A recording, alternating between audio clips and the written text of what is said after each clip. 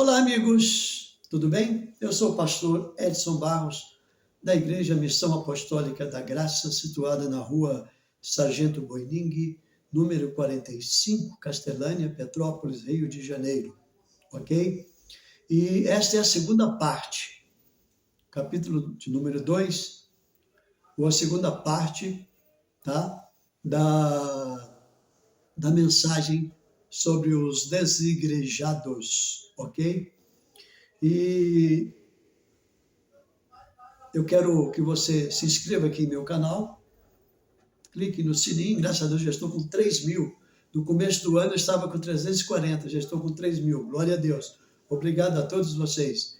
Clique no sininho, dê o seu like, faça o seu comentário, compartilhe. E você que poderá me ver em outra rede social, você pode também se inscrever. Digite lá no YouTube, @Edson Barros, entra no meu canal, faça isso, tá bom? Bom, não vamos protelar, porque o tempo é pouco, essa é a parte número 2. Eu terminei a parte número 1 falando sobre o fundamento da igreja, que é Jesus, a pedra fundamental, né? Então vamos continuar. Eu quero pedir perdão aqui, pedir desculpa, e quero entrar aqui e falar sobre o catolicismo. Nada contra os padres, contra os irmãos católicos, nada contra ninguém. Mas no catolicismo, os padres, bispos, etc., ensinam que Pedro é a pedra fundamental da igreja e que ele tem as chaves dos céus. Isso é verdade? Será?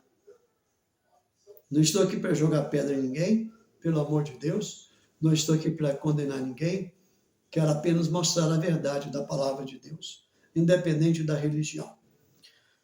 No Evangelho segundo São Mateus, capítulo 16, versículo 18 ao 20, está escrito assim, ó: Também eu te digo que tu és Pedro, e sobre esta pedra edificarei a minha igreja, e as portas do inferno não prevalecerão contra ela. Dar-te-ei as chaves do reino dos céus, e o que ligares na terra será ligado nos céus. E o que desligares na terra será desligado nos céus. Bom, vamos lá. Jesus falando com Pedro, Jesus está falando, Pedro, o negócio é o seguinte, tu és Pedro, que significa Petros, tá? Essa palavra, Petros, não me lembro se é no grego ou no hebraico, Petros, que significa pequena pedra. Uma pedra pequena, uma pequena rocha, né? Jesus fez uma alusão aqui, nesta palavra, de um termo petra, que significa um leito rochoso ou uma fundação. Isso é apenas um eufemismo, uma simbologia, que Jesus ou quer dizer que Pedro era uma pequena pedra, não a pedra fundamental. E nem tão pouco que ele tenha a chave do reino dos céus. Quando Jesus disse, te darei a chave do reino dos céus, Jesus estava falando sobre a bênção, a autoridade do Espírito Santo para conquistar almas. Tanto é que em uma mensagem só, ele ganhou 5.000 almas para Jesus. E outra mensagem, 8.000. Olha aí, 2 mensagens, 8.000 almas. Essa é a chave que abre a porta dos céus para os pecadores que vierem para Cristo. Não a chave dos céus. A Bíblia diz que ninguém foi ao céu, senão aquele que lá desceu do céu, que é Jesus. Nem Maria, tá, está no céu. A Bíblia diz que há um mediador entre Deus e o homem, Jesus Cristo, nosso Senhor. Ele está assentado à direita de Deus. Não é Maria, nem Pedro, nem João, nem ninguém. E nem Pedro tem a chave do reino ou a chave dos céus. Mas São Pedro manda chuva, isso é conversa para boi dormir. Isso é coisa do ser humano. Mas Cristo é a pedra fundamental. Presta atenção. Uma vez que a Bíblia nos mostra claramente que Jesus é a pedra fundamental, o cabeça da igreja, é um erro fatal pensarmos ou ensinarmos que Jesus fundamentaria a sua igreja em um ser humano qualquer. Pode ver lá em Atos, capítulo 4, versículos 11 e 12, 1 Coríntios, capítulo 3, versículo 11, aos Efésios, capítulo 5, versículo 23, aqui está nos falando desta rocha, da pedra, que é Jesus, o fundador da igreja, e o fundamento, além de fundador, é o fundamento, a pedra fundamental da igreja. Porque se a igreja estivesse edificada sobre Pedro, nós não teríamos salvação. E outra coisa, Pedro não foi papa, o primeiro papa, como eles falam. Primeiro que papa tem que ser casado, tem que ser solteiro. Pedro era casado, tinha filhos, tinha sogra, tinha tudo. Até sogra ele tinha.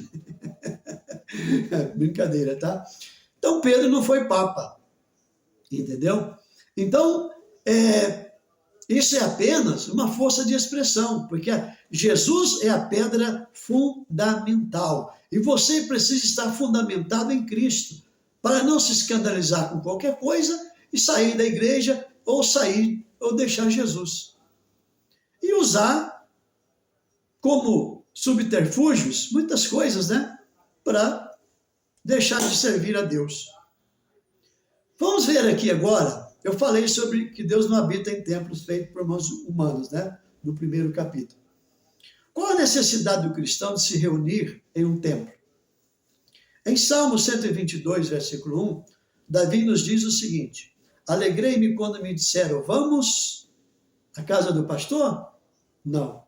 Alegrei-me quando me disseram, vamos à casa do Senhor.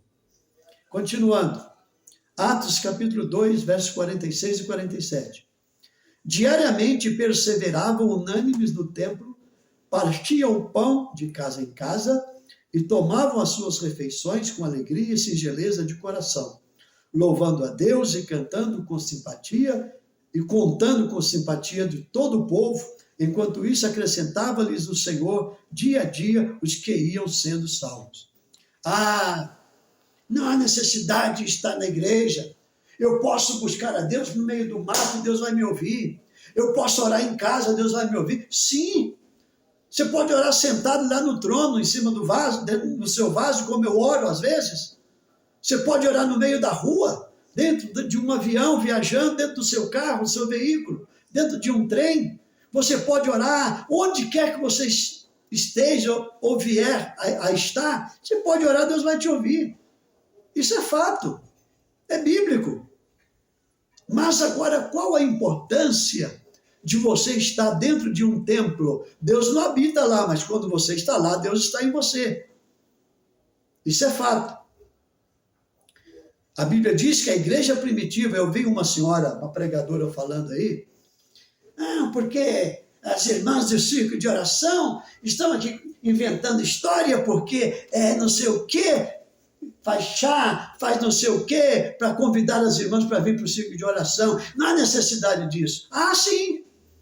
Olha aqui, que a igreja primitiva, que eles faziam diariamente, perseveravam unânimes, unidos, aonde? No templo, que nós chamamos de igreja, ou salão lá, seja o que quiser.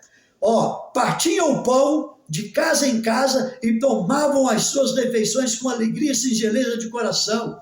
A ceia, por exemplo, a ceia não era como essa que nós fazemos hoje, chamamos de Santa Ceia. Isso é uma simbologia. A ceia era comer. Se fosse nos dias de hoje, arroz, feijão, carne, churrasco, refrigerante.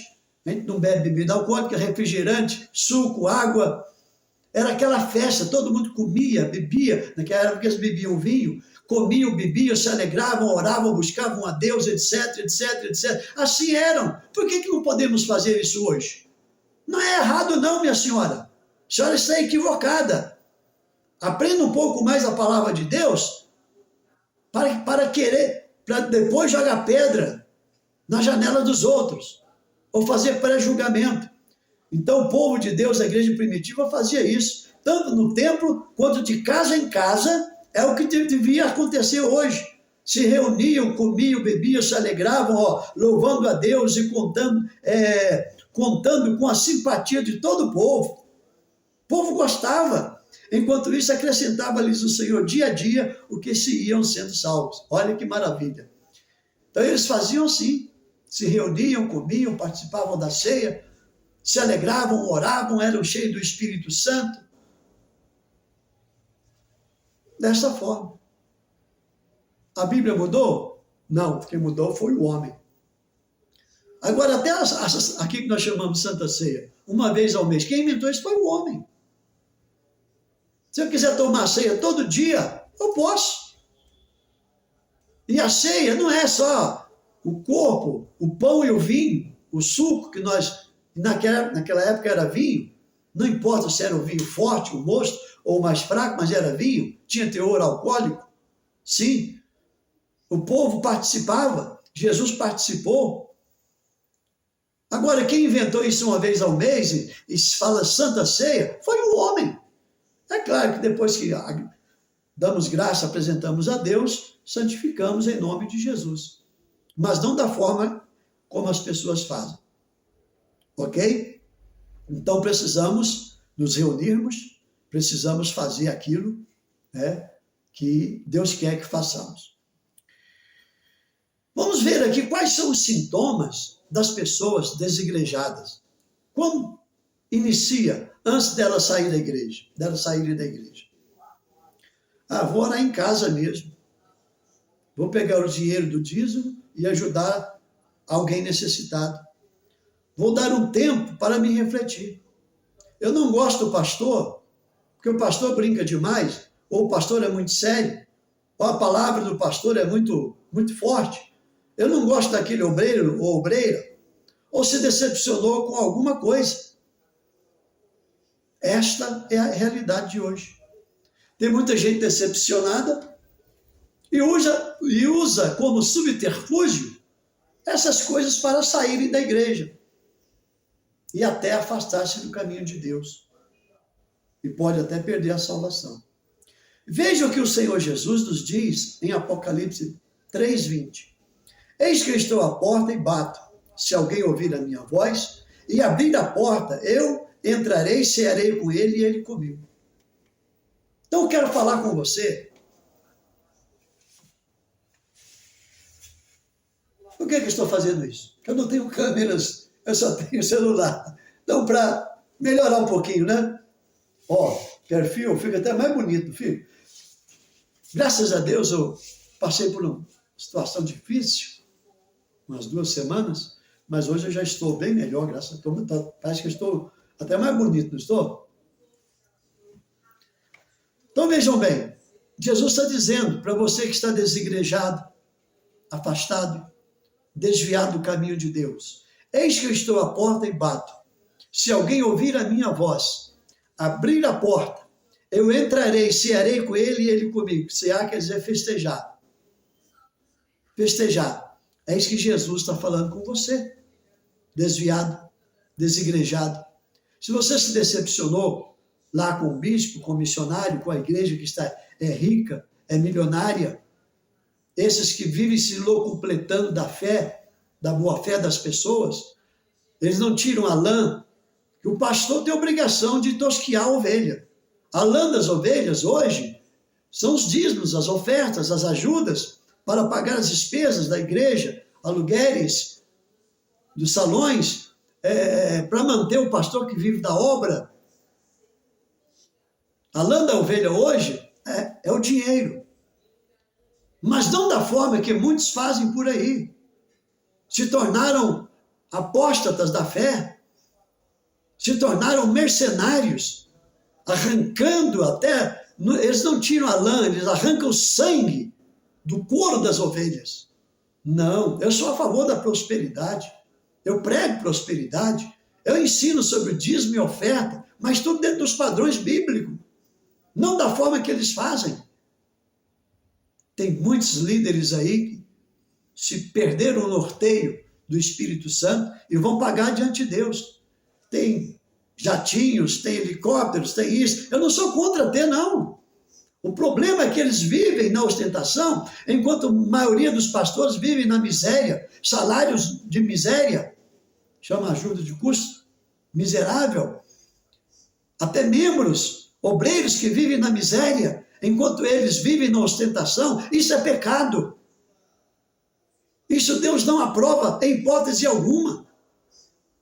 Agora, você que está numa igreja dessa, saia daí, poxa. Procura uma igreja onde não há essas coisas. Tem muitas igrejas aí, pequenas, simples, humildes, que às vezes o pastor é até simples, quase indouto, fala tudo errado, mas tem a bênção de Deus, a graça, a presença de Deus. Não que eu seja contra, graças a Deus eu estudei. Eu cursei direito. Deus me deu essa oportunidade. É muito melhor quem tem curso superior, não desfazendo de ninguém, é muito melhor para você entender as coisas, até a própria palavra de Deus. Tá? Quem dá a interpretação é o Espírito Santo. Agora, entender o que está escrito, precisamos do nosso intelecto também. Nós somos racionais. Agora, vejam bem, meus amigos. Se a denominação que você está é desse jeito, saia daí.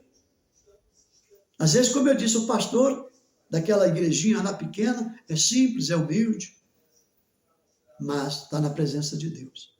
Ele prega a verdade. Ele fala. É claro, a verdade é uma só.